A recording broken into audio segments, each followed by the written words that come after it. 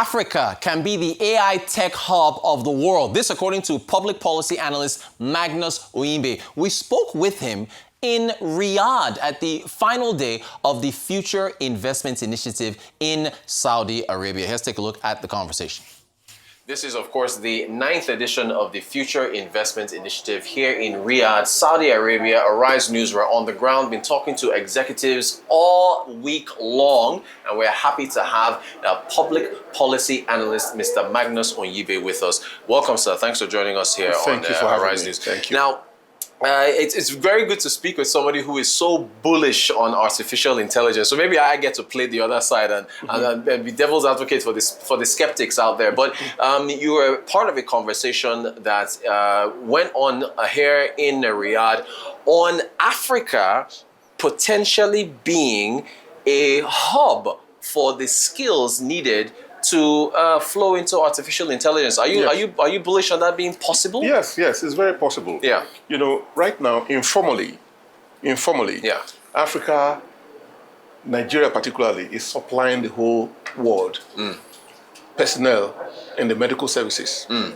Our doctors, our nurses, our technicians are all over the world. Yeah. Now, that trend started here in the Middle East before Europe and the US adopted it. Yeah. About 20 years ago, countries like Saudi Arabia, Oman, and others were coming to Nigeria to recruit nurses. This is true. Yeah. Japa syndrome had not started, but they were doing that. The Japa syndrome became popular after Brexit. Yeah. In the UK, and the rest of the Europeans went back to their countries, and UK didn't have people to render that service, and they came to Africa and recruited Africans, especially because we were on the same pedestal. You know, I mean, they colonized us, so our medical people were trained in the same way that their people were trained. So you just go there, and the 1-year transition program, you are good to work in their system. So they are adopting the same process. And especially because the leaders around the world have recognized that Africans have innate ability and skill to do AI. AI is actually a combination of technology and human knowledge. Yeah. AI will not function unless there's a database, right? Yeah. So now we have the human resources, we have the personnel, especially because about 65 to 70% of Africans are youth, right? And it's the youth actually that are more adept at using AI, right? Yeah. So they came up with that strategy and said, okay, fine.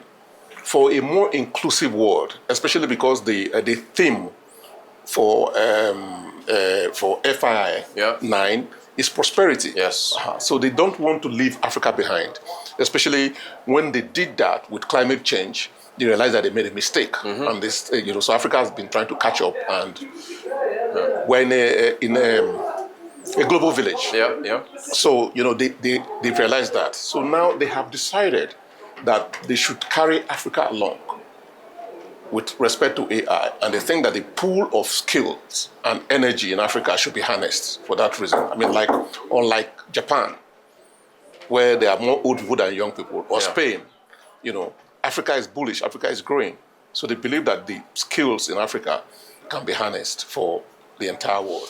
I'm glad you used the medical example there, because you see what's going on at home in Nigeria, where we do not have enough. The doctor-patient ratio is so low, and I do wonder if there is enough of a skills pool to be able to do this. Because I mean, you think about our youth population, the youth population that is out of work. And then those that the divide when it comes to devices, electronics, having laptops for school and so on and so forth. How do you think we can, overcome those hurdles if we want the youth to be in Africa to be able to supply, the skills that AI needs elsewhere? In the first instance, for Africa to become a productive continent, the basic thing has to be done: energy. Yeah. Let's take Nigeria for instance. We have 220 million people, and we generate and distribute, we distribute not more than 5,000 megawatts. That's ridiculous, right? So we will not be able to industrialize if we don't have the right power mix, right?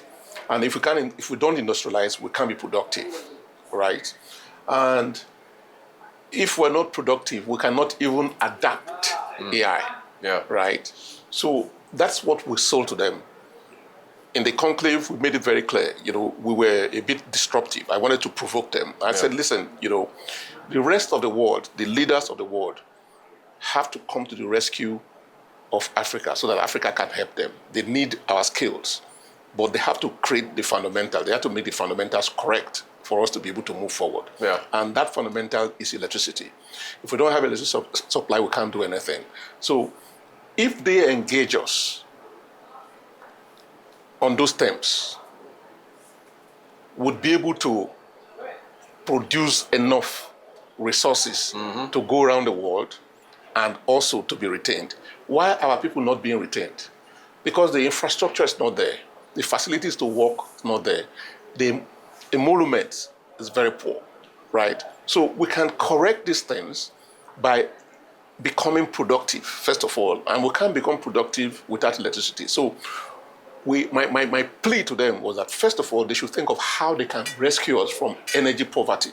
Okay. Once we're rescued from energy poverty, everything else will change. And I cited examples. I said, for instance, China, until Nixon visited them after 25 years of no relationship, after the World War, and Jimmy Carter followed, China was a reclusive country, right? But when that happened, the US decided, okay, fine, maybe they're going to turn China to the workshop of the world, workshop for America. America will face service industry.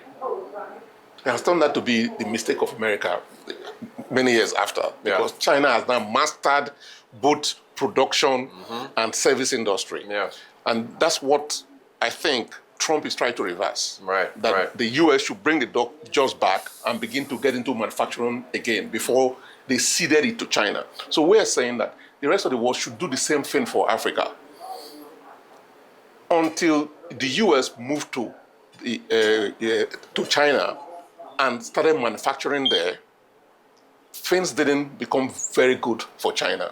So until they come here and begin to manufacture here, we would not grow to the level that we want to grow. But for that to happen, we must be energy sufficient, not energy poor. So they have to take care of that fundamental. Okay, Joel, on the energy, so the administration has passed the Electricity Act. They want to decentralize electricity at the state level. They say they are going to pay off the 4 trillion naira in debts to the GenCos, the generation companies, and so on.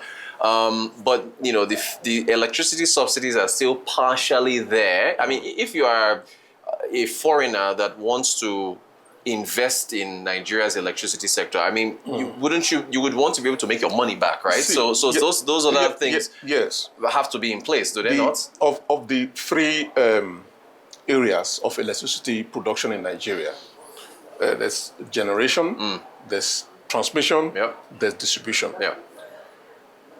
Generation was sold, distribution was sold, transmission was not sold. That's the clog, that's the weak point, right? Now, they have not done enough. Government made a mistake in 2013 when they did privatization. They should have sold the three arms together. One company should be generating, transmitting, and distributing.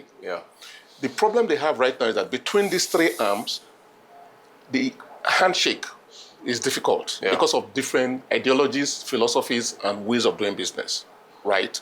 So that's why TCN now is the weak point. TCN is still owned by government. That's a transmission company of Nigeria.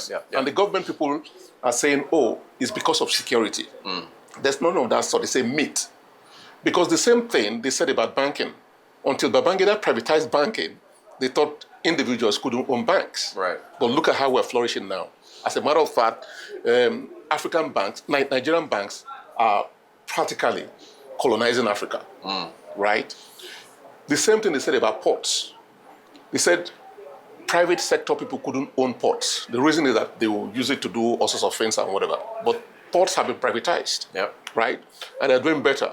The same thing they even said about banking.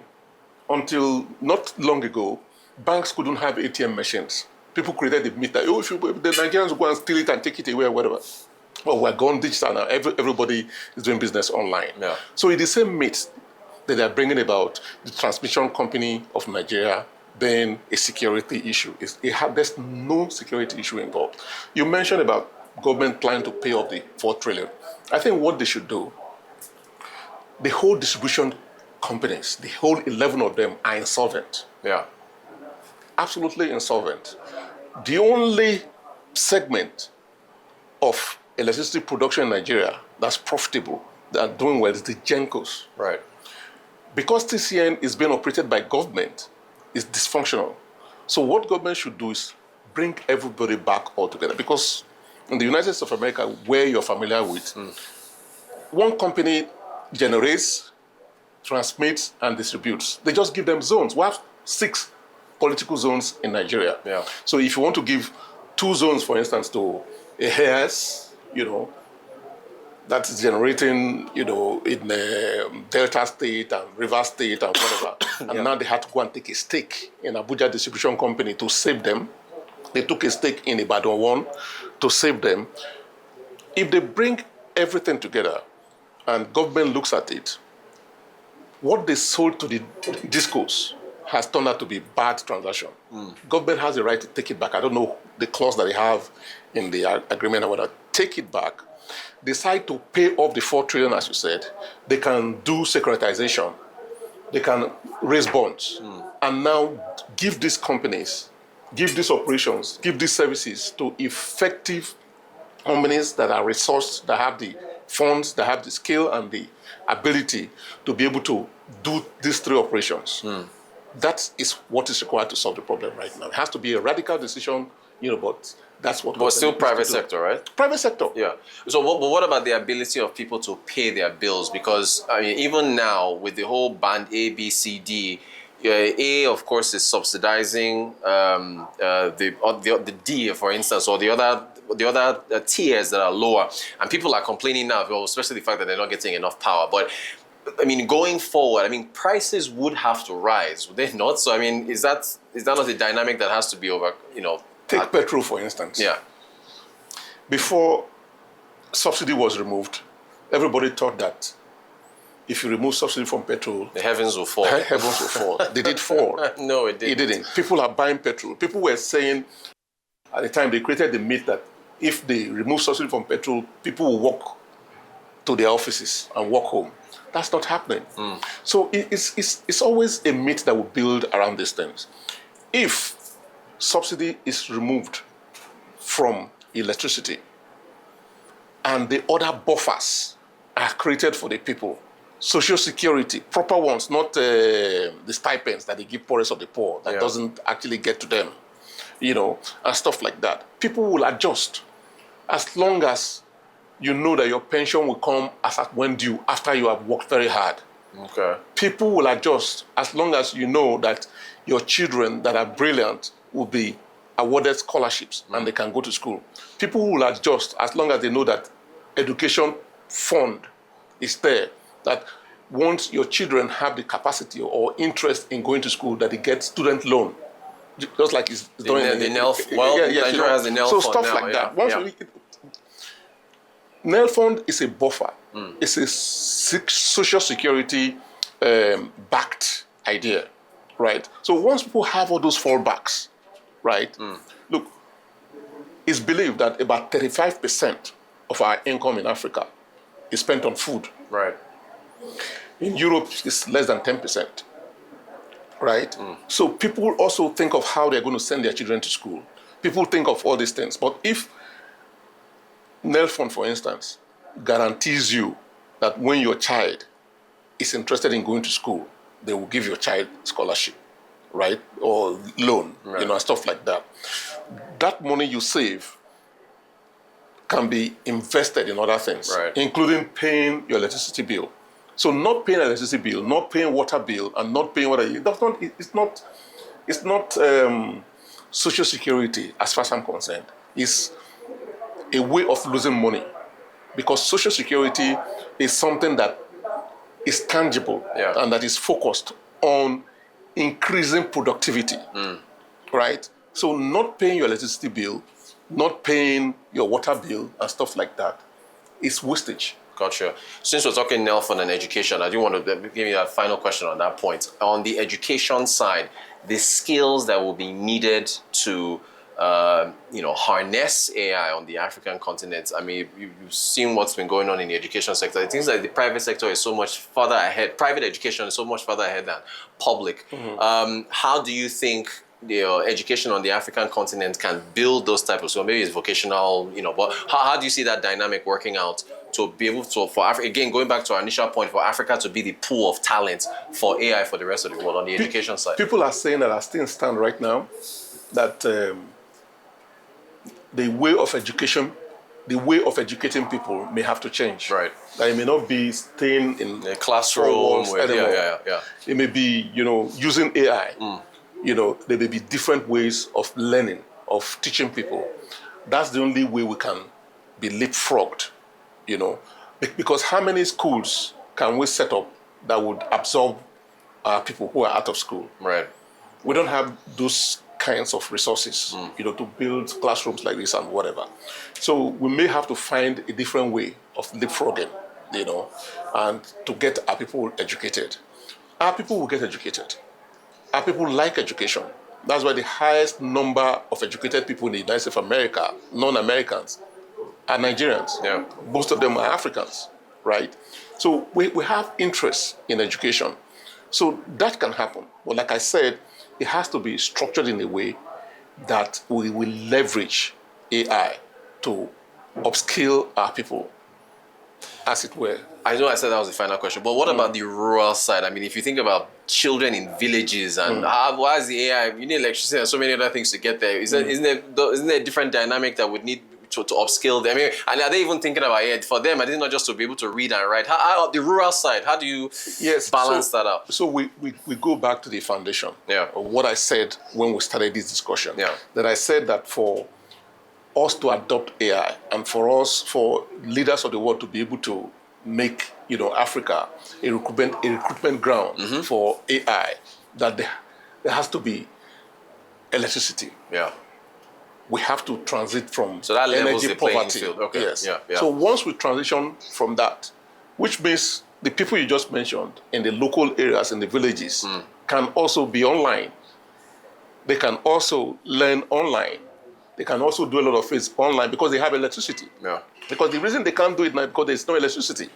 So once they have electricity, there will be democratization of education. Everybody can have access to AI, and stuff. Somebody may say, okay, fine, what are you talking about AI in Africa? That there are lots of poor people, just like you mentioned, people out of school and stuff like that and whatever.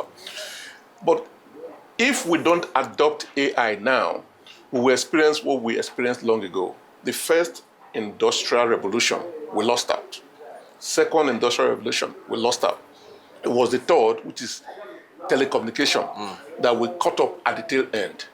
That's why we did not rely, or we're not relying on landline in Africa right now. We're on GSM. GSM is the tail end of it, right? So the same thing applies, that now that we have caught up, we should sustain this tempo. If we say we're not going to do AI because our people have not fed, our people are hungry and stuff like that, we will be left behind. Because even in the United States of America, where AI has been adopted, or in China, where AI is roaring, they have poor people. If you go out of Shanghai, and go to the weather, you will weep if you see the level of poverty. Yes, they lifted 300 million people, whatever, out of poverty. But there's still serious poverty in China. In the United States of America, people are living rough. I saw a homeless man sleeping outside my hotel. They I are was in living DC. rough in Los Angeles, in New York, and everywhere. It's part of what Trump is complaining about. That the veterans are not being allowed to go to the hospital. They don't have enough funds and stuff like that. and Biden administration was accommodating illegal aliens in 5-star hotels, and stuff like that. Allegedly. Exactly. Yeah. It's true, so he got tough, and right now, because of the things that he has done, I'm not saying, look, Trump is actually not anti-immigration. It's illegal immigration, unskilled people. Yeah. And every country in the world, including Nigeria, don't want unskilled people. We send Ghanaians away. True. But you see, now this is also a rich discussion. Yes. Now you're taking we should be. I'm not to stick to it, but the $100,000 fee he wants to put on H-1B visas. I mean, that is for highly skilled, tech people immigrants coming from other countries. So there's a bit of pushback there from Trump. But I get what you're saying. I do understand what you're saying in terms of that approach. So are you bullish on what you think if we have this conversation? I don't know. 5 years from now at FII 14, that Africa would, or maybe 5 years is too short. Do you see advancement? Do you think we'll make the advancement? Yes, there's going to be advancement. As a matter of fact, part of the conclusion that we reached in this enclave was that we're going to set up a WhatsApp group and we'll meet at least 3 months. Every 3 months. Yes, to discuss. Including, and they are all top people. They think that is doable. Yeah. And to me, I'm proposing that the next FI should be in Nigeria. Hey, we can cheer that. They did the last one in Albania. Yeah. So why can't they do it in Nigeria? Yeah. And since they're focused on Africa, they know that Africa is the next frontier. So, so why can't they take it to? I'm going to propose this to Richard. That is going to be the tagline for our YouTube clip for this interview. Bring FII 10 to Nigeria. Correct. Mr. Magnus Oyinbe, public policy analyst, thank you so much for talking to us. Thank you for having me. Appreciate your time, sir. Thank you.